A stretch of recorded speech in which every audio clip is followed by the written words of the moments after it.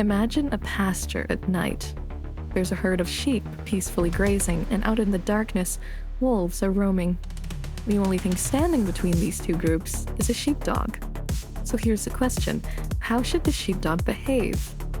If he forgives every bite, the wolves learn that the night is a free-for-all. However, if he lunges at every shadow, he bleeds himself dry in pointless battles. Should the sheepdog draw a hard line and say, "Cross the fence and I will strike"? Perhaps. But be careful. Wolves love testing fences. Game theory says peace is not the same thing as kindness. Real peace is a strategy. Retaliation when necessary, restraint when it serves the future, and just enough uncertainty to keep predators guessing. Tonight, we'll learn how to actually lower ambient violence on a battlefield, in an empire, and inside your ordinary life. We're taught that forgive endlessly will calm the world, but in truth, unconditional forgiveness often increases the amount of violence. In strategy term, it broadcasts this message: there's no cost to harm me, and predators are tuned in, they listen. History has receipts. Danegeld, tribute paid to Viking raiders, was meant to buy peace. What it bought instead was more raids. Word spread: there's money here, and these people don't fight back. The sheepdog never closed his teeth, and so the wolves multiplied. Forgiveness is powerful when it ends a conflict, but as a standing policy, it invites one. In repeated conflicts, one strategy shines: tit for tat. You start with cooperation, and if bitten, you fight back once. No tantrums, no escalation. Then you return to calm, ready to cooperate again. This does two things at once. It deters predators, it tells them I am not prey. And two, it prevents vendettas. You say, I won't burn the pasture to punish you.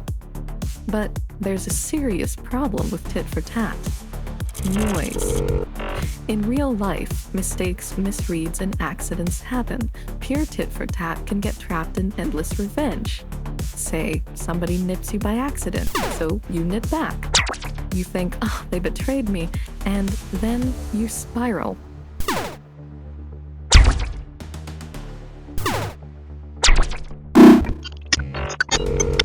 Enter a new strategy: generous tit for tat.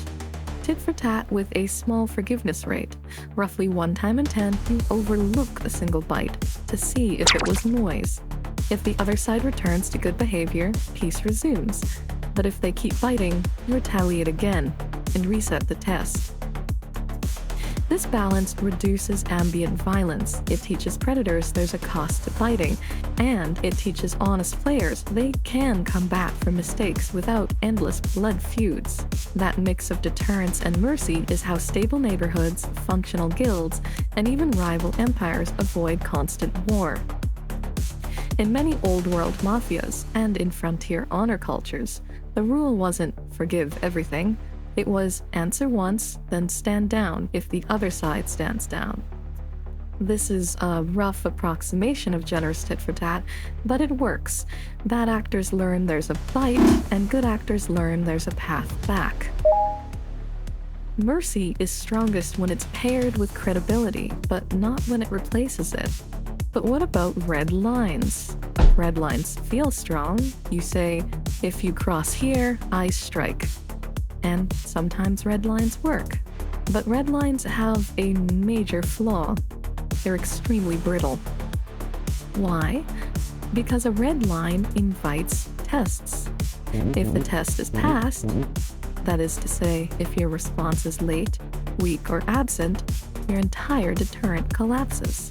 Public inflexible promises raise the stakes for you, not for the wolves. Now, you must act on the wolves' schedule, under their conditions, and the whole world is watching to see if you blink. And if circumstances change, you can't adapt without bleeding credibility.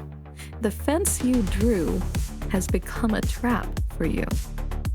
Across history, you see it: ultimatums that sounded mighty and then rang hollow, fortifications that channeled invaders rather than stopping them, rulers who mistook performance for power. The logic is the same. Hard rules are easy to game. Wolves probe the seams, the gate, and the one square you forgot to guard. A line is not just a line. A line is a promise. A promise is a surface, and surfaces can be mapped, measured, and pierced. Consider another strategy instead of red lines. It's called strategic ambiguity. You don't publish your thresholds, and you don't say which move triggers retaliation or how severe it will be. You signal your capability and resolve to respond, but you do not draw your fences in chalk for the wolves to study. Great powers do this constantly. Nuclear doctrines often refuse to promise never. Alliances sometimes deliberately avoid specifying the exact tripwire, and states often neither confirm nor deny what's in their submarine bays. The uncertainty multiplies the risk for the predator. They can't cost it out. The rule is this: predators hate fog. So the ambiguous sheepdog doesn't pace a painted line. Sometimes the ambiguous sheepdog is on the hill, sometimes he's behind the hedgerow, and sometimes he's right behind the wolf who thought he was alone. The wolves don't know which nibble ends the night, so they think twice before they even bite in the first place. It's important to remember that ambiguity is not bluffing. Ambiguity requires capability and will. It just declines to give the enemy a map. That flexibility lets you calibrate responses to context. You can go hard when the move is predatory, soft when it's noise, or even nothing at all when restraint would buy tomorrow's peace. So how should the sheepdog behave? In 5 ways.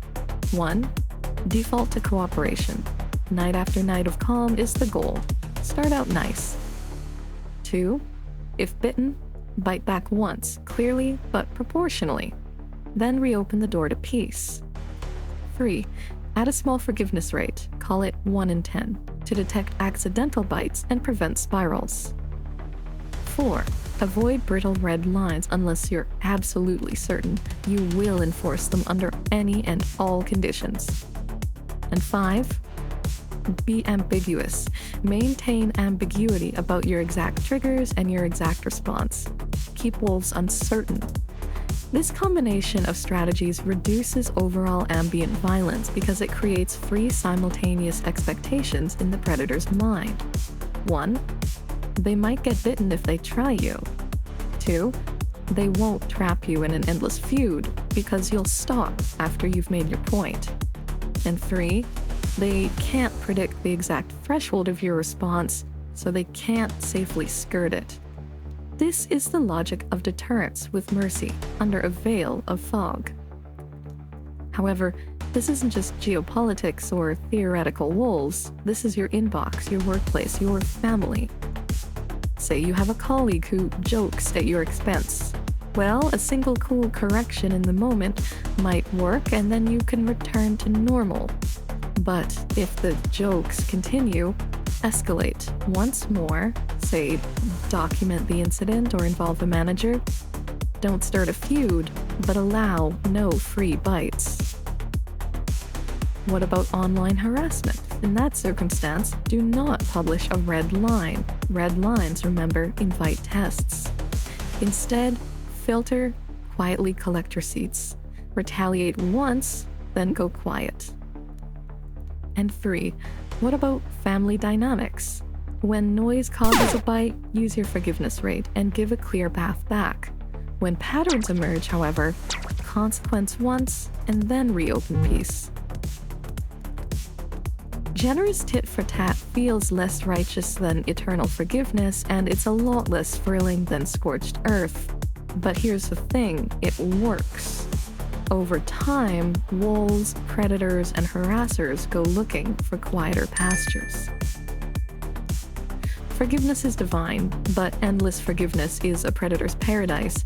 Red lines sound strong until they snap in your hands and turn into a trap of your own making. The art, learned the hard way by raiders and emperors and anyone who survived a bad neighborhood, is simple. Be kind by default, be decisive once, merciful sometimes, and mysterious always. That's how you stop biting. That's how you stop wolves. That is how you keep the night quiet. If this helped you think sharper about power, hit subscribe. More on the game theory of evil next week.